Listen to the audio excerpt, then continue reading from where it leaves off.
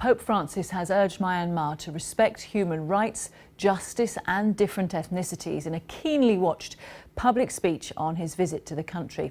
Myanmar is widely accused this year of ethnic cleansing of Rohingya Muslims. Well, we can cross over to our correspondent Jonathan Head, who's in Yangon for us. Jonathan, as we were saying, the eyes of the world really watching this speech, and it was all going to be down to language. It was. The Pope had been advised very strongly not to use the word Rohingya. He has used it in the past, referring to them as his brothers and sisters and complaining about their plight. He didn't do that in this speech. Now, he's had a number of other meetings with, of course, Aung San Suu Kyi herself, but also with the powerful armed forces commander and also one of the leading and most outspoken nationalist monks who said some very derogatory things about Muslims.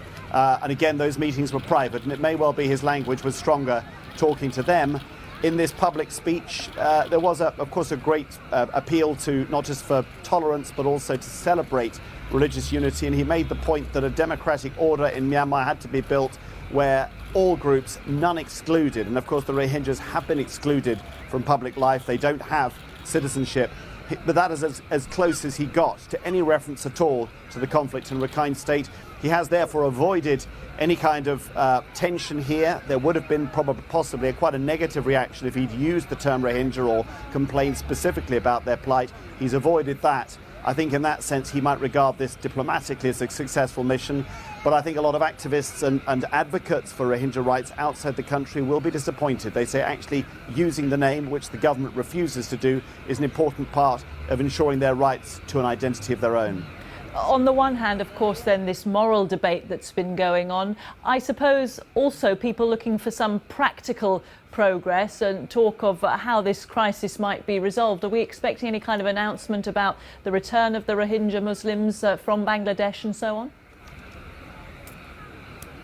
No, there's been an agreement already with the Bangladesh government, but it's fraught with difficulties. In principle, the Myanmar government says they can come back, although privately, a lot of people here say they shouldn't, that they don't belong.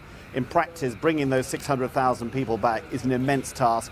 Frankly, they're terrified. Their villages have been burnt down. There is a very limited international presence in Rakhine State, so it would be impossible even to guarantee their safety.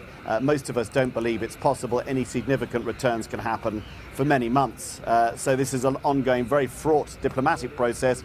What the Pope has done, I suppose, is remind people here that he and other key world figures believe that you should be encouraging tolerance and diversity, not fighting against it, which is what so many Myanmar Buddhists and particularly leading Buddhist monks have done here. But whether it has any practical effects, we don't know. These private conversations he's had with quite significant figures may well prove to have some effect long term, but we won't know that because we don't know the contents of their conversations. OK, Jonathan, for now, thanks very much indeed. Jonathan Head there.